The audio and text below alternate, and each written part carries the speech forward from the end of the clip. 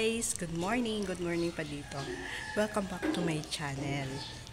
Ngayon, araw na to, maglilinis tayo ng chapel. Magpipintura tayo ng sahig. Nakita nyo, namumuti. Samahan nyo ako. Yun. Naway maging maayos lahat ng gawain ko sa araw na to. Okay, papakita ko muna sa ngayon yung before. Okay. So, yun yung chapel namin. Yung before muna ipapakita ko para malaman nyo kung nagkumanda ba or naging tagumpay ba ang aking gawa.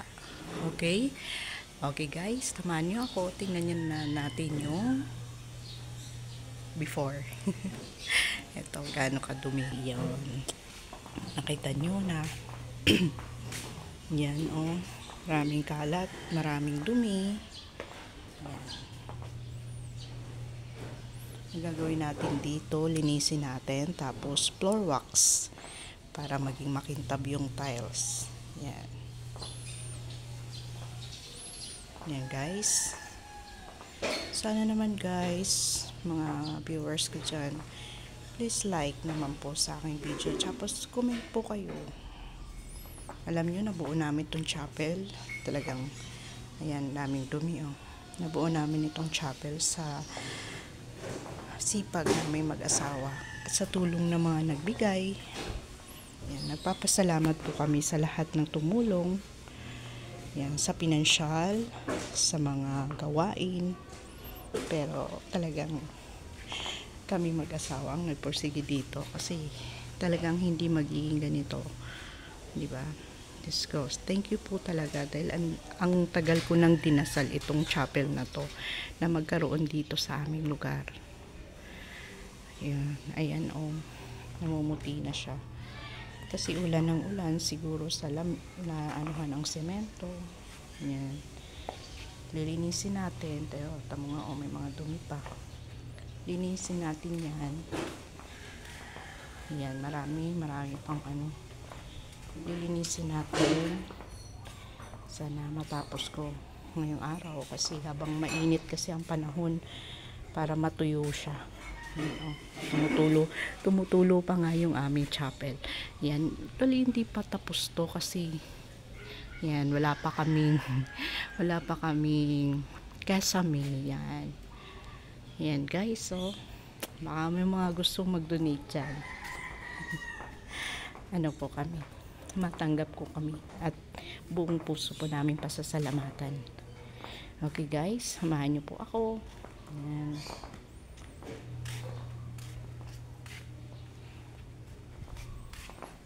Ito yung after. Ayan, yung before natin. Pag ano. Ayan. Pupunas tayo na sahig para bago natin pipinturahan or floor wax, maging malinis na. Okay?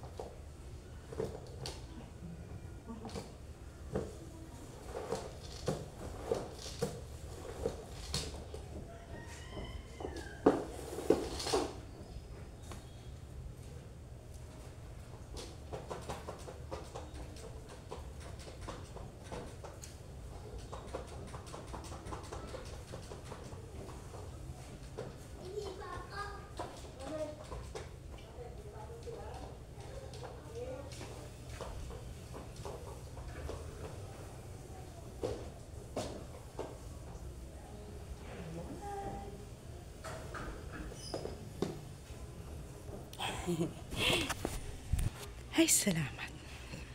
Nakapasada na tayo sa pinaka-altar. Ang next po dito, ano na lang, floor wax.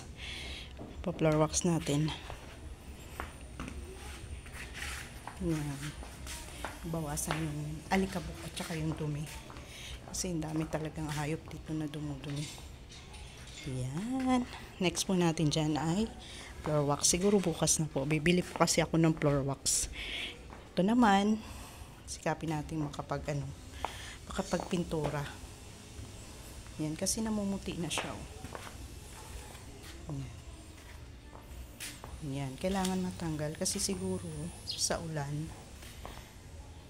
Yan. Yan guys, ayan sa ilalim. Sa totoo lang po talagang kung hindi ko pangunahan, hindi naman po, alam niyo naman po yung mga lingkod nating iba, hindi ganun ang isip, kagaya ng isip ko. Ang ano ko lang po, sana likot sana magkaroon sila ng, alam niyo yung kusa na tutulong, hindi mo na kailangan, kasi lagi kami nagmi-meeting, hindi mo na dapat kailangan na sabihan sa mga obligasyon nila. Dapat maging sila sa mga gawain, diba? Magkukusa, yun. Kaya ako, ayaw ko na pagka ako may gagawin, alam ko may time ako, binibigyan ko talaga ng time to, lalo na pag malapit na yung mas namin dito. Binibigyan ko po talaga ng time. Kahit ako mag-isa, okay lang po sa akin.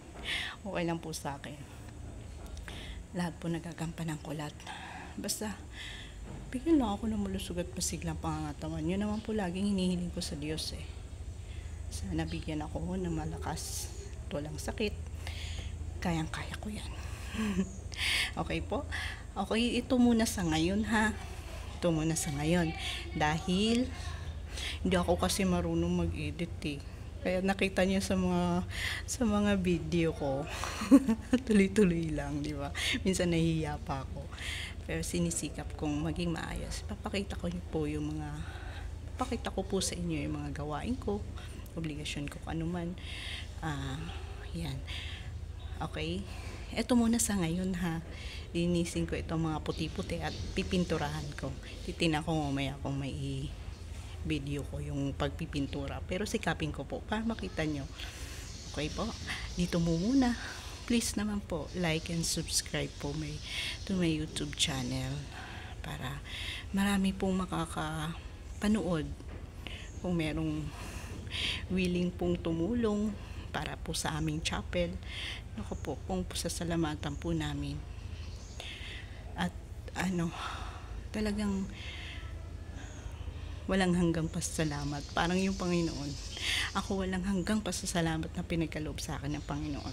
Pinupuri po talaga siya at pinasasalamatan sa araw-araw po.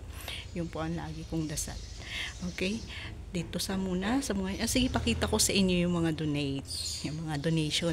Ito mga donate lahat talaga to. Yan. Yung donate yan, galing yan sa aming lumang chapel sa pinaka-parokya namin. Yan. Ang ganda kasi antibay pa nito. Maano siya, parang solid siya na kahoy. Yan. Medyo kulang pa siya kasi minsan talagang pagka may, alam nyo na, pagka yung lalo na pag may simbang gabi or merong maraming magsisimba, minsan talaga nakatayo na. Meron kami space dito para sa choir. Yan, sana ako ng kahit yung mga upuan ng monoblock. Yun ang dinadasal ko, na magkaroon ako ng financial para makabili ako. Tapos ito po, donate din po ito. Galing din po ito sa lumang chapel namin. Ito, yan. Lahat yan galing sa donation. Yan, mga materials. Pero kailangan kasi, hindi naman pwedeng gagawa ka ng chapel na hindi ka magli-labor. Yun, sa awa ng Diyos, na pag-ipon-ipunan konti, basta kung meron gagawa, meron magbabayad sa gagawa, lalo na yung hindi namin alam gawin. Pero kung alam namin mag-asawang gawin, walang problema, lalo na yung pagwi-welding, yan, yung mga bakal na nakatagilid dyan, kami gumawa yan. Yung kaya namin magpintura, yun, kami na rin po gagawa. Basta yung mga tiles lang, di namin kayang gawin yan. Yung mga tsaka yung mga bubong, yun, di namin kayang gawin yan, kaya nagli-labor kami. May materialis na bigay, kailangan namin mag-labor. So, kahit papano po, may mga tumutulong, pero ikaw pa rin po ang ikaw ng paraan para maging para magkaroon ng pinansyal. Okay? Okay guys, ito muna sa ngayon ha.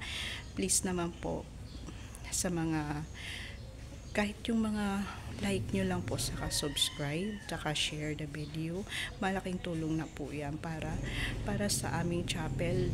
Dito ko po ilalagay yan pag ako kumita na po sa aking YouTube channel. Thank you po sa inyong lahat. See you po mamaya. Bye.